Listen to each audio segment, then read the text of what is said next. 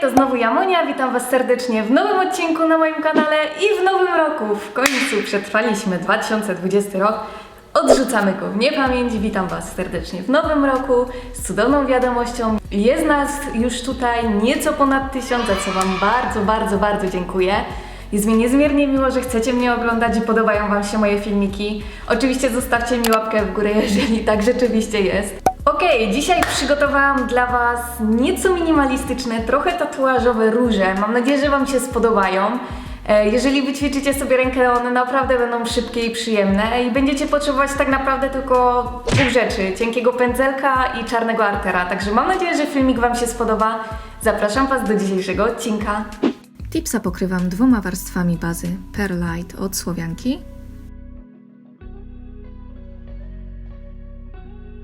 Następnie kładę Top Velvet i zarysowywuję mniej więcej obszar, w którym będzie moja róża, czyli takie mniej więcej nieduże jajeczko. I zaczynam już malować. Biorę sobie mój cienki pędzelek numer 9, czyli cienki pędzelek o długości 9 mm i do tego czarny arter. I zaczynam bardzo delikatnie malować od samego środka róży poczynając. Jak widzicie, w ogóle nie dociskam pędzelkiem. Ten pędzelek jest prawie że w powietrzu, dzięki temu uzyskam cieniutkie linie. I od środka coraz szerzej rozbudowywuję moją różę. Tutaj do cienkich linii możecie użyć także innego, mocno napigmentowanego produktu. Może to być pigment rozmieszany z topem Velvet, może to być pigment rozmieszany z topem No Wipe, może być pigment rozmieszany z multiartem, albo właśnie arter, tak jak ja tutaj używałam. Jeżeli nie wiecie, jak zabrać się za różę, nie malujcie jej z pamięci.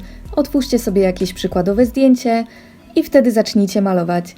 Do takich różyczek polecam Wam właśnie szkice tatuaży. Nadają się świetnie, a jak zawsze kopalnią inspiracji jest Pinterest, tam znajdziecie naprawdę mnóstwo takich grafik.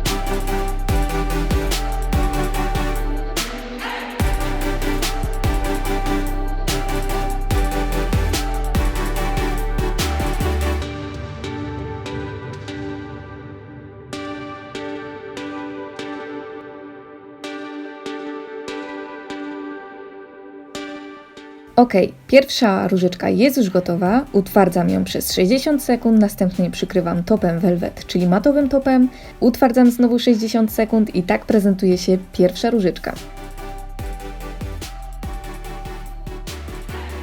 I przechodzimy do drugiej. Tutaj będzie już różyczka bardziej otwarta. I tak samo pracuję bardzo delikatnie pędzelkiem. Zobaczcie, że on w ogóle nie ugina się tak naprawdę pod naciskiem mojej ręki. I zaczynam od środka, rozbudowywując ją na zewnątrz coraz bardziej. Jeżeli chcecie, żeby podłoże Waszej róży było matowe, a natomiast róża była błyszcząca, użyjcie do tego zdobienia multiartu. On świetnie nadaje się do takiego typu zdobień, dlatego że nie ma dyspersji, więc możecie malować na topie i zdobienie będzie po utwardzeniu się ładnie błyszczeć i na pewno się nie zetrze Waszej klientce. Ja natomiast wybrałam całkowicie matowe zdobienie. Oczywiście zachęcam Was także do namalowania takich różyczek w różnych wersjach kolorystycznych i z różnymi tłami, ale także i różnymi kolorami namalowane róże. Mogą być namalowane płynnym złotem, mogą być namalowane białym. Tak naprawdę już po Waszej stronie jest inwencja twórcza.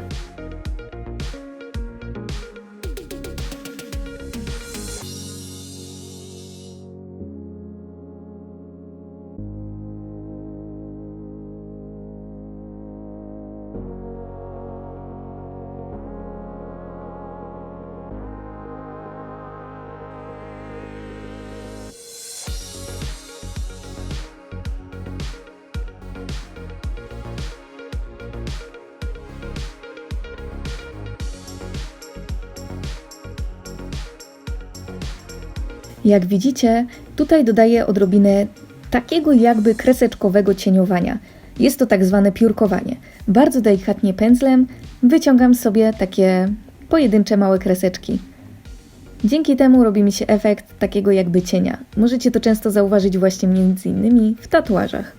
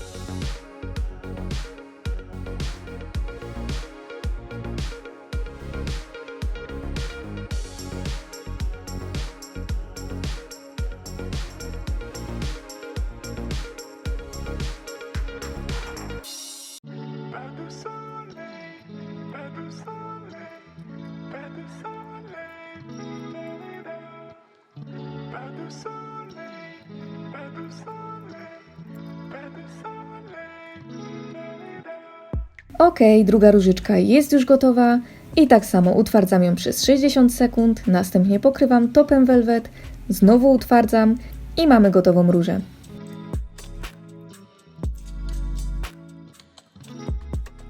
Czas na ostatnią i tutaj będzie już bardziej taka kompozycja rozłożona po skosie mojego tipsa. I znowu zaczynam sobie od środeczka, maluję sobie taką rozłożoną różę od góry lub jak to woli kapustkę i do tego za chwilę dołożę jeszcze gałązki i listki, tak jak w poprzednich wersjach.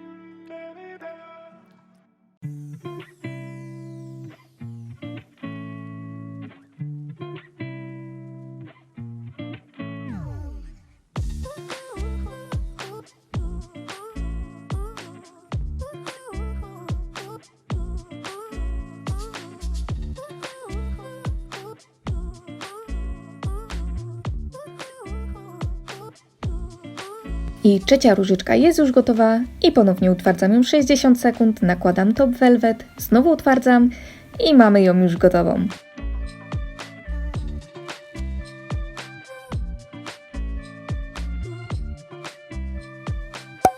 A tak prezentują się wszystkie trzy. Jestem ciekawa Waszych prac. Koniecznie oznaczajcie mi na swoich social mediach.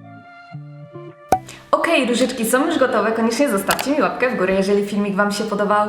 Oczywiście, jeżeli jeszcze tego nie zrobiliście, zachęcam Was tutaj do subskrypcji mojego kanału, będziecie na bieżąco z każdym nowym odcinkiem. I oczywiście poprzednie filmiki do nadrobienia, jeśli jeszcze nie widzieliście, możecie zajrzeć tutaj i nadrobić. I co, widzimy się w kolejnym odcinku. Pa!